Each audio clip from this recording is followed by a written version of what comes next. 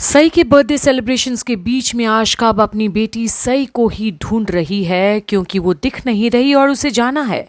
और अब तारा से जब पता चलता है कि वो तो ईशा आंटी के घर गई है वंश के साथ खेलने के लिए, तो और भी गुस्सा हो जाती है आशका कि उसे अपनी बेटी से बात करने का भी मौका नहीं मिलता। पर तभी डोर बेल बजती है घर की और लकी जाता है खोलने।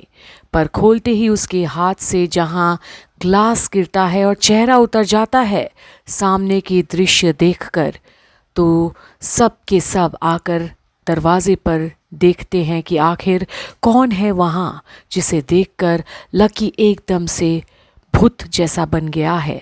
और तभी अमर और सभी भी आते हैं सामने रजत के साथ।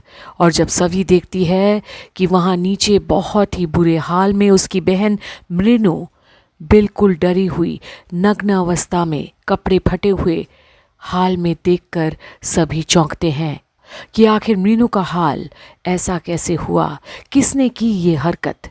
तो सभी सबसे पहले तो डाइनिंग टेबल का क्लॉथ उठाकर पहनाती है मीनू को ताकि उसके बदन ढक जाए सबके सामने। जहां ईशा शांतनु भी निकल कर तो आते हैं कि फाइनली मीनू आ ही गई पार्टी के लिए। फिर जब सब सुनते हैं मीनू की ज़ुबान से कि ये हरकत और किसी ने नहीं बल्कि अर्श ने की है उसके साथ, तो इसका असर सब पर तो होता ही है। पर सामने खड़ी आशका को ये सुनकर सहन नहीं होता। उसे अब भी लगता है कि मीनू झूठ बोल रही होगी क्योंकि उसे पता है कि अर्श ऐसा कुछ कर ही नहीं सकता। प्यार तो वो सिर्फ और सिर्फ आशका से ही करता है। पर ईशा और सभी पर तो जैसे आसमां ही टूट गया हो मीनू की ये हालत देखकर। उनकी घर की बेटी के साथ इतनी गंदी नीच हरकत करा है अर्श, तो छोड़ने वाली तो नहीं सभी उसे।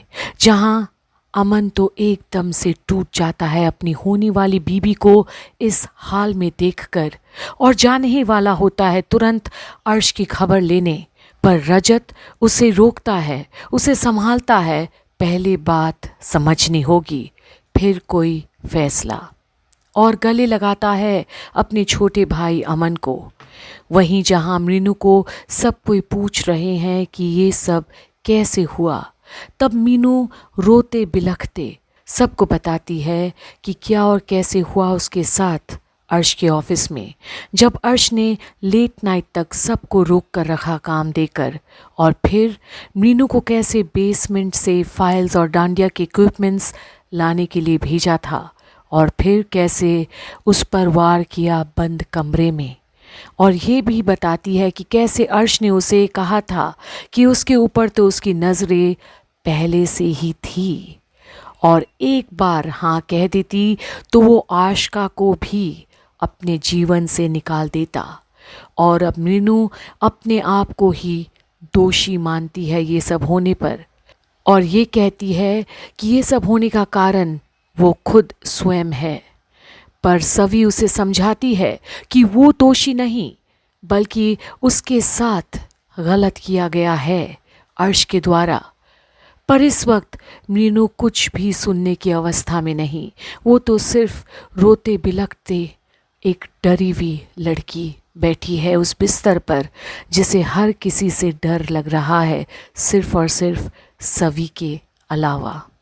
और वहीं अब ईशा भी प्रण लेती है कि जिस हाथों ने छुआ है उसकी मीनू को, उस अर्श का वो हाथ काट कर ला देगी, उसकी गर्दन काट देगी।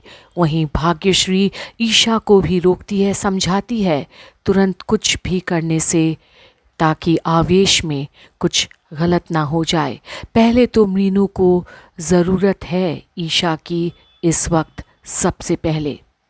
पर उसी वक्त आशका जो ये सब सुन रही है ये सबको ड्रामा करार कर देती है और उल्टे मीनू को ही उल्टा सीधा कहने लगती है और बोलती है कि वो तो झूठ बोल रही है अर्श के खिलाफ और अर्श तो उसका होने वाला पति है, तो मीनू उस पर कैसे इल्ज़ाम लगा सकती है क्योंकि उसे विश्वास है कि अर्श ऐसा कभी कर ही नहीं सकता क्योंकि अर्श तो सिर्फ और सिर्फ आशका से प्यार करता है।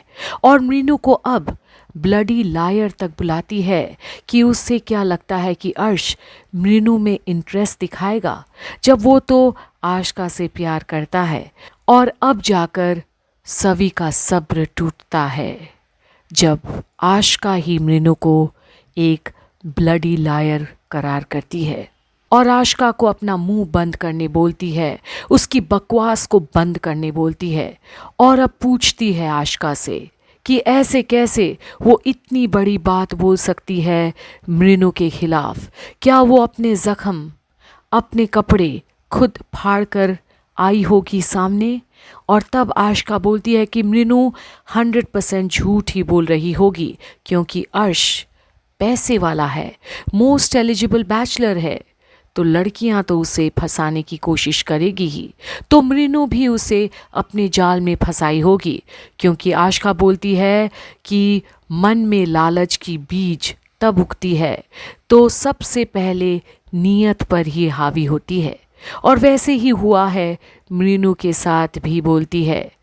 और अब ईशा से सहा नहीं जाता आशिका की बेहुदा बातें, और सभी से कहती है कि वो आशिका को चुप कराए, वरना अर्श से पहले वो उसे ही कुछ कर डालेगी।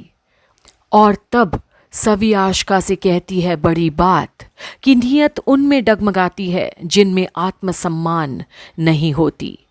और अब आगे बोलती है आशिका को कि उसका तो नहीं पता उसे, पर उसकी बहन में आत्मसम्मान बचा है अब भी, और दुनिया की सारी कीमत उसकी बहन की आत्मसम्मान की कीमत नहीं लगा सकती। अर्श तो क्या चीज़ है। और बोलती है कि कोई भी लड़की इस तरह से झूठी और बदतमीजी वाला इल्ज़ाम नहीं लगाएगी ऐसे ही। और अब वॉर्न करती है आशिका को एक और शब्द आगे बोलने से। और अब जाकर आशिका सुनती तो है, पर अब भी यकीन तो नहीं उसे मृनु पर, जो उसकी ननद बनने जा रही थी।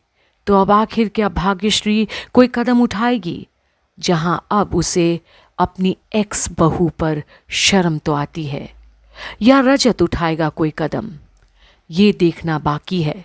तो बने रहिए कंप्लीट बॉलीवुड के आगे के अपडेट्स के लिए यहीं जहां आप देख रहे हैं वो मैं किसी के प्यार में की सारी लेटेस्ट अपडेट्स।